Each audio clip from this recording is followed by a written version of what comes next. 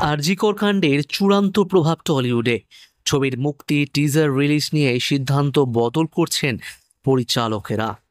পদাতিক মুক্তি পেলেও বাংলাদেশের পরিস্থিতির জন্য ছবির প্রচারে কলকাতায় আসতে পারেনি চঞ্চল চৌধুরী। বাংলাদেশে মুক্তি পায়নি পদাতিক।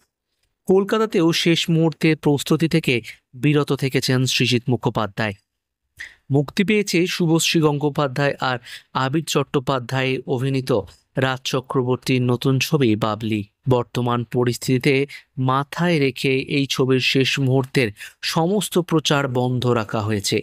ছবি মুক্তি পেলেও বাতিল করা হয়েছে বাবলির স্পেশাল স্ক্রিনিং। বর্তমান পরিস্থিতির কথা মাথায় রেখেই এই সিদ্ধান্ত নেওয়া হয়েছে টিম বাবলির তরফে।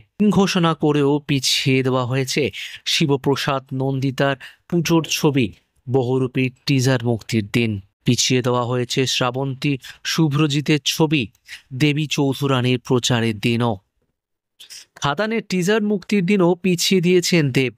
ঘোষণা করেছেন সোশ্যাল মিডিয়াতেও। বাংলার পরিবর্তিত পরিস্থিতিতে বিনোদনের মানসিকতা নেই কারোরই। একদিকে অশান্ত হচ্ছে বাংলাদেশ, অন্যদিকে আরজি করে চিকিৎসক খুনের ঘটনায় ফুঁসছে কলকাতাবাসী। প্রতিবাদ ছড়িয়ে পড়েছে জেলায় জেলায়। এই পরিস্থিতিতে মানুষ প্রেক্ষাগৃহে সিনেমা দেখতে যাবেন এমন প্রত্যাশা করছেন না খোদ নির্মাতারাও। প্রচারেরও তেমন মানসিকতা নেই কারোরই। বাতিল হচ্ছে একের পর এক অনুষ্ঠান। 15ই আগস্ট মুক্তি পাওয়ার কথা ছিল দুটি বাংলা ছবির। বাংলাদেশের পরিস্থিতির কারণে আগে যে জানিয়ে দেওয়া হয়েছিল সৃজিত মুখোপাধ্যায়ের পদাতিক এখনই মুক্তি পাবে না বাংলাদেশে। দেশজোড়া আন্দোলন আর তারপরে শেখ হাসিনার পদত্যাগ, নতুন সরকার গঠন, সব মিলিয়ে তোলপাড় পরিস্থিতি বাংলাদেশে। আর সেই কারণেই প্রথমেই বাংলাদেশে ছবির মুক্তি পিছিয়ে দিয়েছিলেন নির্মাতারা। ছবি মুক্তির শেষ মুহূর্তে কলকাতার পরিস্থিতি উত্তপ্ত হয়ে ওঠে আরজি করের চিকিৎসক খুনের ঘটনা ঘিরে। পশ্চিমবঙ্গে এই ছবির মুক্তি পেছানো সম্ভব হয়নি। নির্দিষ্ট দিনেই মুক্তি পেয়েছে পদাতিক। ছবির বিশেষ স্ক্রিনিংও হয়েছে। তবে বাংলাদেশের পরিস্থিতির কারণে কলকাতায় প্রচারে আসতে পারেনি চঞ্চল চৌধুরী। মুক্তি পেয়েছে রাজ চক্রবর্তীর পরিচালিত এবং প্রযোজিত ছবি বাবলি। এই ছবির একটি স্ক্রিনিংয়ের কথা ছিল, তবে বর্তমান পরিস্থিতিকে মাথায় রেখে বাবলির টিম সেই স্পেশাল স্ক্রিনিংকে বাতিল করেছে।